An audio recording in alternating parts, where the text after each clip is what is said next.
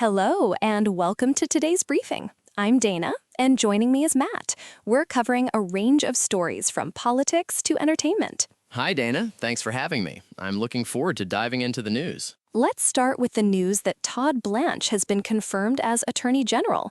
The Senate voted 50-49 to make him the new Attorney General under President Trump. That's a very narrow margin. What are the implications of such a close vote for his confirmation? Well, the close vote indicates a divided Senate.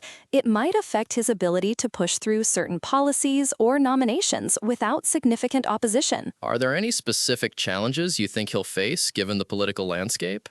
One challenge could be navigating the Justice Department's priorities under a potentially contentious political environment. The reporting suggests that Trump wants to bend the DOJ to his will, which could create tension. That ties into concerns about the independence of the Justice Department. How might Blanche's background as Trump's former personal lawyer impact his role? His background could raise concerns about his impartiality. As Trump's former lawyer, there might be perceptions that he's not entirely independent. The reporting mentions that the Senate Republicans led the vote. Was there any notable opposition or support from Democrats? The vote was largely along party lines, with Republicans supporting and Democrats opposing. There wasn't any significant crossover support mentioned in the articles. Let's switch gears to the news about Joe Biden's health. Hunter Biden recently shared that his father's prostate cancer has spread. Yes, according to Hunter Biden, Joe Biden's cancer is causing him pain and is described as very debilitating. This comes as Joe Biden continues to speak out on public issues. How does this update on his health affect his public role or political influence, if at all? It's not clear yet how this will impact his public role.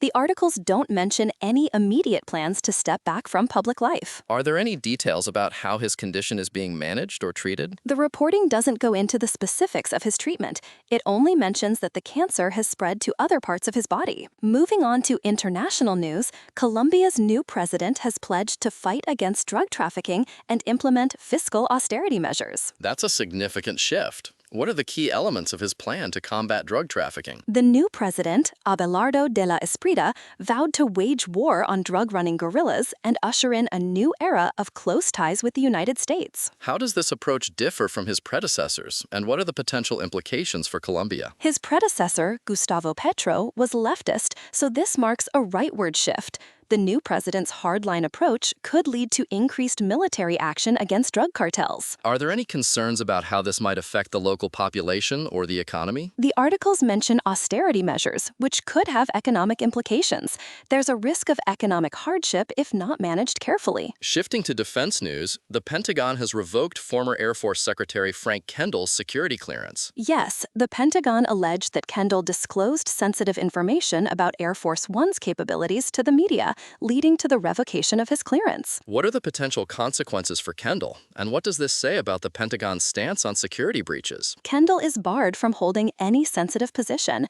This action suggests the Pentagon is taking a strong stance on unauthorized disclosures of classified information. Are there any indications of whether this is an isolated incident or part of a larger pattern? The reporting doesn't suggest a larger pattern. It appears to be an isolated incident related to Kendall's actions. Let's move to the news about the Indian Air Force officer who was arrested for allegedly leaking defense information. The articles mention a honey trap by Pakistani intelligence operatives. Can you explain what happened? According to sources, the IAF wing commander allegedly fell victim to a honey trap orchestrated by Pakistani intelligence operatives via social media. What are the potential security implications of this incident for the Indian Air Force? The leak of sensitive defense information could compromise national security. The IAF will likely investigate to determine the extent of the damage. Are there any details about the legal actions taken against the officer? The officer was booked under the Official Secrets Act. The Delhi police filed a charge sheet against him. Switching to business news, Blackstone-owned AGS Health has filed for an IPO worth Rs 4,800 crore. That's right. The IPO includes a fresh issue of shares worth Rs 1,800 crore and an offer for sale worth 3,000 crore by Blackstone. What are the plans for the funds raised from this IPO? AGS Health plans to use Rs 1,600 crore to repay debt. The remaining amount will likely be used for other corporate purposes. How does this IPO reflect on Blackstone's investment strategy in the healthcare sector? Blackstone is divesting divesting its stake in AGS Health, which indicates a strategic decision to exit or reduce its holding in the company. Let's discuss Berkshire Hathaway's recent financial moves. The company bought back $4.5 billion of its own shares in the second quarter. That's a significant buyback. What does this say about Berkshire Hathaway's confidence in its stock value? The buyback suggests that Berkshire Hathaway believes its shares are undervalued. It's a signal of confidence in the company's financial health. Are there any other notable investments or financial decisions made by Berkshire Hathaway recently? Berkshire Hathaway's new CEO, Greg Abel, invested $10 billion in Google's parent company. This indicates a strategic investment in tech. Moving on to tech and environment news, there's concern about an Amazon data center potentially having one of the most polluting power plants. Amazon received a permit to release up to 33 million tons of CO2 for its data center in Texas, which has raised environmental concerns. What are the environmental implications of such a large CO2 emission? The data center's power plant could become one of the largest single sources of climate pollution in the U.S. This has significant environmental implications. Are there any plans or measures to mitigate the environmental impact? The articles don't mention specific mitigation plans.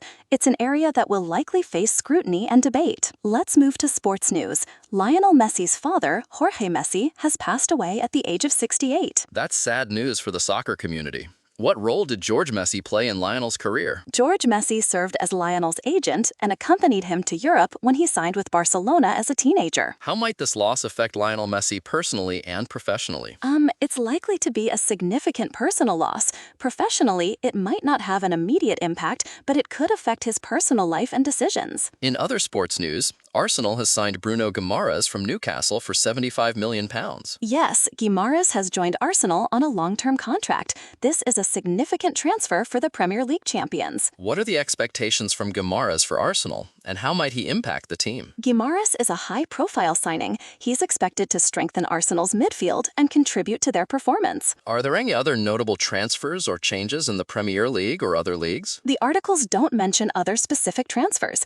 Guimaraes' move is highlighted as a major deal. Shifting to entertainment news, Morrissey has canceled his Las Vegas residency just before the first show. That's a last-minute cancellation. What were the reasons given for canceling the shows? The articles mention unforeseen challenges as the reason for the cancellation.